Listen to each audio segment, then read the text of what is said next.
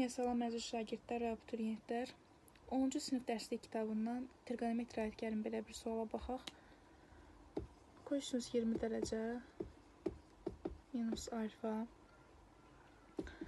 plus sinus 250 dərəcə plus alfa. Çevirmə düsturlarından istifadə edərək həll etmək olar. Deməli, kosinus 20 dərəcə minus alfa olduğu kimi qalar. Mən bu sinus 250 dərəcəni 270 dərəcə minus 20 dərəcə minus alfa şəklində yaza bilərəm. İndi görün nə alınacaq.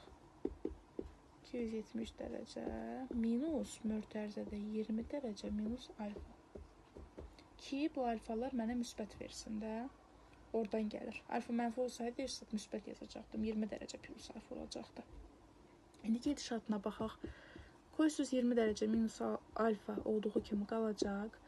Buradan da yəni çevirmə düsturlarının qaydası bu idi ki, 270 dərəcədə ad dəyişilirdi, olurdu kosinus. Yəni bu ifadə, bu dərəcə. Kosinus 20 dərəcə minus alfa şəklində. Bunu yazırıq. İşarəyə baxdıqda isə, üçüncü rübdür. Sinus da üçüncü rübdə, sinusun işarəsinə baxmaq lazımdır. Sinus da üçüncü rübdə mənfidir. Yəni minus kosinus 20 dərəcə minus alfa. Müsbət kosinus 20 dərəcə minus alfa ilə mənfi kosinus 20 dərəcə minus alfa gedir, müsbət mənfini aparır.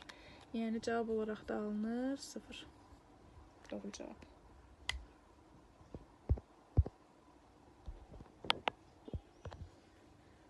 Gəlin dərslikdən belə bir suala baxaq. Deyir ki, sinus 10 dərəcə bərabərdir A olarsa, bu ifadələri ailə ifadə edin. A bəndində verilib kosinus 80 dərəcə. Biz bilirik ki, biz bunları 90 dərəcəyə tamamlaya bilərik. Yəni yaza bilərəmmi ki, kosinus deməli 90 dərəcə minus 10 dərəcə şəklində. Yaza bilərəm də. Kosinus 90 dərəcədə adını dəyişirdi. Olurdu sinus 10 dərəcə. İndi işarəsinə baxacağım. Kosinus 90 dərəcə birinci rübdür. Birinci rübdə də kosinus müsbətdir. Kosinusun işarəsinə baxırıq. Sinusun yox. Əvvəlkinin işarəsinə baxırıq. İfadənin işarəsinə baxırıq. Qaldı sinus 10 dərəcə, o da elə aya bərabər idi. Cavab oldu A.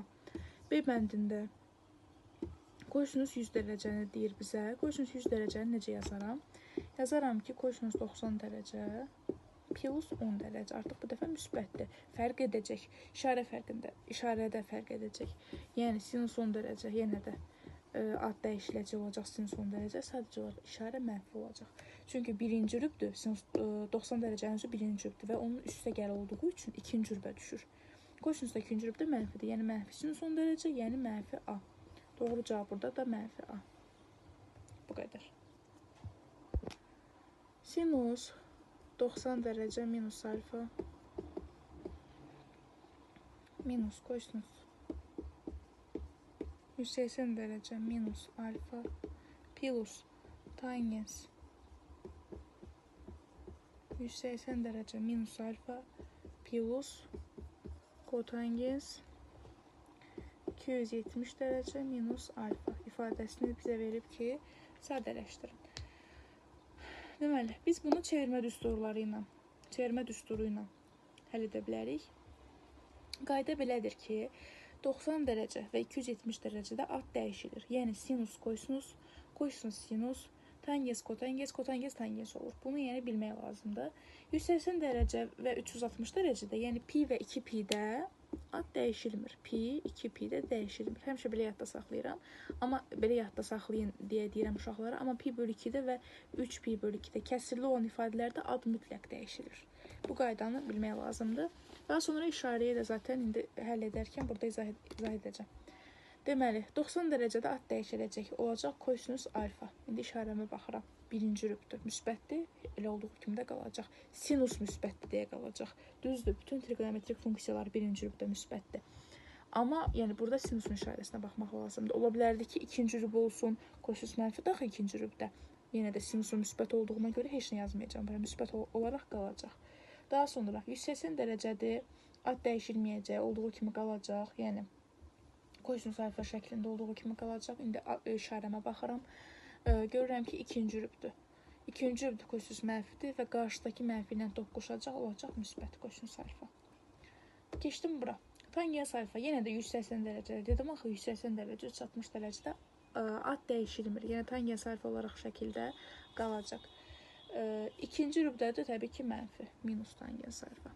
Kotangent alfada 270 dərəcədə ad artıq dəyişiləcək. Olacaq tangent alfa.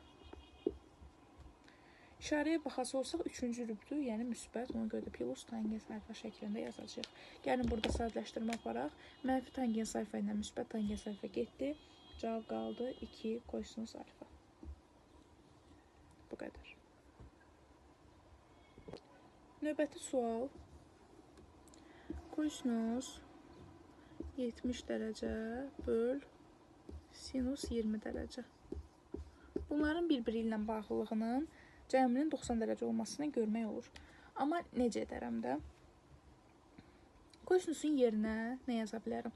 90 dərəcə çıxılsın 20 dərəcə yaza bilərəm də. Bu mənə 70 dərəcəni verə bilər.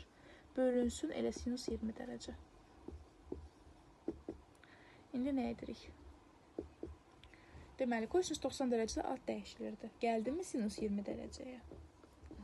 İşimiz biraz sadələşdirdi. Bunlar ixtisar gedib 1 edə bilər, amma heç də 1 etmir. İşarəmə baxmalıydım. Kosinus 90 dərəcə birinci rübə düşür. Birinci rübdə də müsbətdir. Bəli, cavab elə 1-dir. Ona görə doğru cavab 1. Yəni bunlar islah olur.